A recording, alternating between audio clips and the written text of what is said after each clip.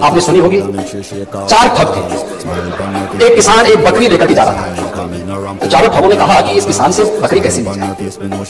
तो हो सकता है कि उनको थोड़ा लोक लाज नहीं हो, तो उन्होंने कहा चलो छीन तो नहीं सकते पाएंगे, तो काम करते चारों अलग अलग जगह खड़े हो जाते हैं और अलग जगह खड़े होकर के हम लोग बोले कि भाई ये कुत्ते का बच्चा कहाँ लेके जा रहा है।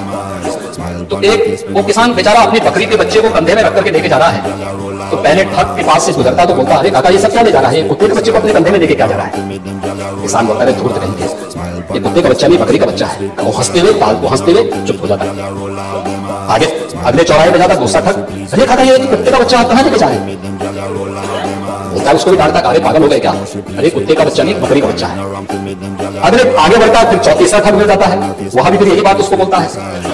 चौथे ठगने ने कहा तो किसान को विश्वास हो गया, उसको लगा कि भोला भाला किसान, अन्नदाता किसान, मेहनती किसान, उसको विश्वास हो गया यार एक व्यक्ति झूठ बोलेगा, लगता है कि मेरी दृष्टि दोष ही मुझे हो गया है, लगता है कुत्ते का बच्चा ही। उसने फेंक दिया उसको। चारों ठगों का काम पूरा हो गया और चुनाव में खटाखट आ गए 1 लाख का वोट, 1 लाख का वोट। और मैं इसीलिए कह रहा हूं शिवपाल जी भाग गए यहां से, लेकिन मैं कह सकता हूं खटाखट नहीं 27 में सपा चक के लिए तैयारी रही।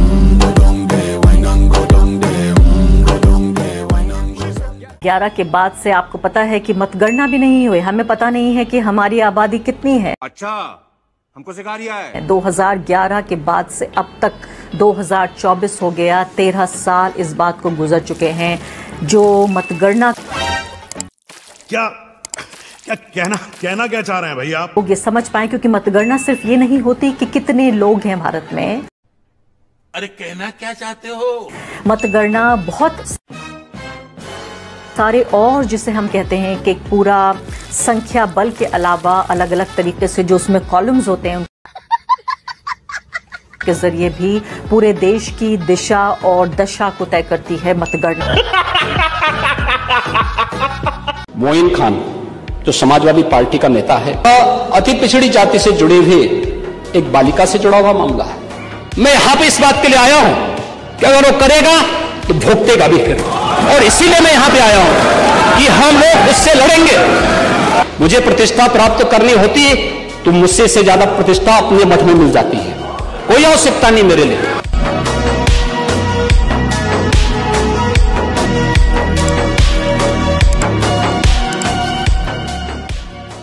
कभी गए हो मिलिट्री स्कूल में?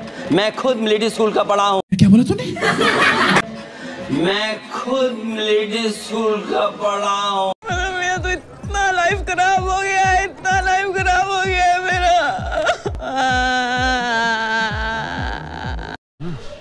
अच्छा बात नहीं है।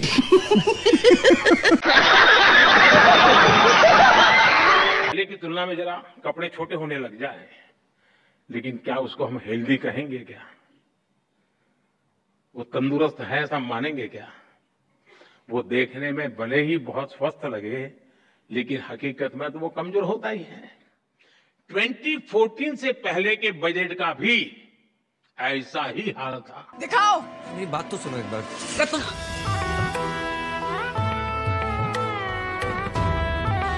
मेरा पति गिंजा, मेरा पति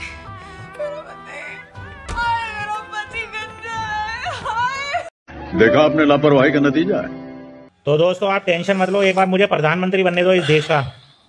पूरे हिंदुस्तान में हर घर में पैसों के पेड़ लगवा दूंगा। सुबह उठते के साथ ही 2000 की पत्ती तोड़ो और पूरे दिन भर खर्च करो और रात को आके फ्री फंड में पलंग पे आके सो जाओ। हमारे देश में मूर्खों के सरदार हैं नेता प्रतिपक्ष राहुल गांधी जी। उनको ये नहीं पता कि पार्टी का क्या चल रहा है, मतलब कि कुछ भी। राहुल गांधी तो कांग्रेस पार्टी में वो दीमक है कि इस दीमक को कांग्रेस पार्टी से हटा दिया जाए तो उस पार्टी का उद्धार हो जाएगा। आज राहुल गांधी जी कांग्रेस पार्टी को नैया डुबोने में सबसे बड़ा योगदान है। और पता नहीं भाई साहब किस बात पे कॉलर ऊंचा करके घूमते रहते हैं। 2014 में हार गए, 2019 में हार गए, 2024 में हार गए। 57 से ज्यादा चुनाव राहुल गांधी की अध्यक्षता में कांग्रेस पार्टी हार गई। भाई साहब तीसरी बार तो हमारा चंद्रयान पर सफल लैंडिंग करा दी वैज्ञानिकों ने, और राहुल गांधी 54 बार रीलॉन्च। पहले इधर से आया, इधर से पुलिस वालों ने रोका। क्या बात कर रहे हैं?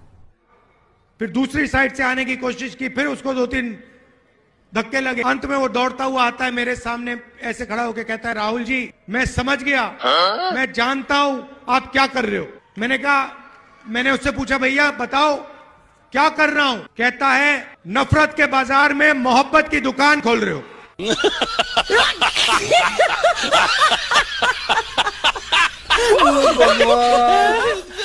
हमारा आदमी फंस जाए अपराध करने में, किया हो 100% उसी ने अपराध, फिर भी नेता क्या बोलेगा? किसी कोर्ट ने इनको दोषी ठहराया क्या? अच्छा, कोर्ट ने ठहरा दिया, जिला वाले ने बोले अपील में गए हैं, हाई कोर्ट ने ठहरा दिया, सुप्रीम कोर्ट कह दिया, बोले आप नहीं निकाला इनको, बोले अभी आप राष्ट्रपति क्या नहीं गए याचिका में, हो गए 35 साल। सियावर रामचंद्र की जय। अशोक जी दिक्कत ये है। और दूसरे का है, बोले FIR लिख गई, बोले फांसी दो। क्यों? बोले FIR नहीं लिख गई। भाई ब्रजभूषण को तो जिस जंतर मंतर से फांसी सुना दी आप लोगों ने, जंतर मंतर पे एक बाइट आ गई, अब फांसी कोई देर होनी चाहिए, तुरंत फांसी दो। बोले मोहित को कैसे निकाल दे भाई? खुद वैज्ञानिक जांच में किसी बड़ी अदालत ने उसको दोषी ठहराया नहीं। लो कर लो बात।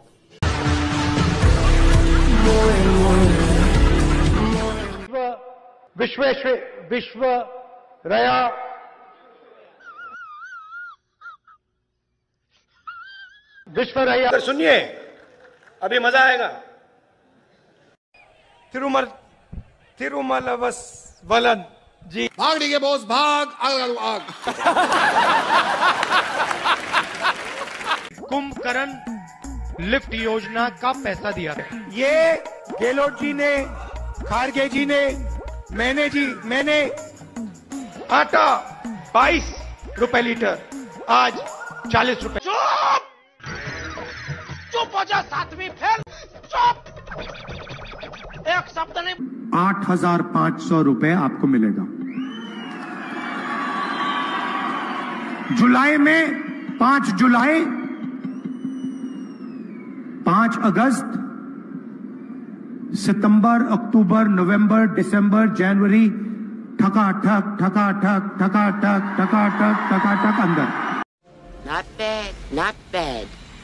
Now you. मंत्रिमंडल के सदस्यों ने ये तय किया कि जब तक प्रदेश की आने वाले समय में जो सुधार और अच्छा नजर आता है, 2 महीने तक ना पे लेंगे, ना टीए लेंगे, ना डीए। क्या बोला तूने? 2 महीने तक ना पे लेंगे, ना टीए लेंगे, ना डीए लेंगे।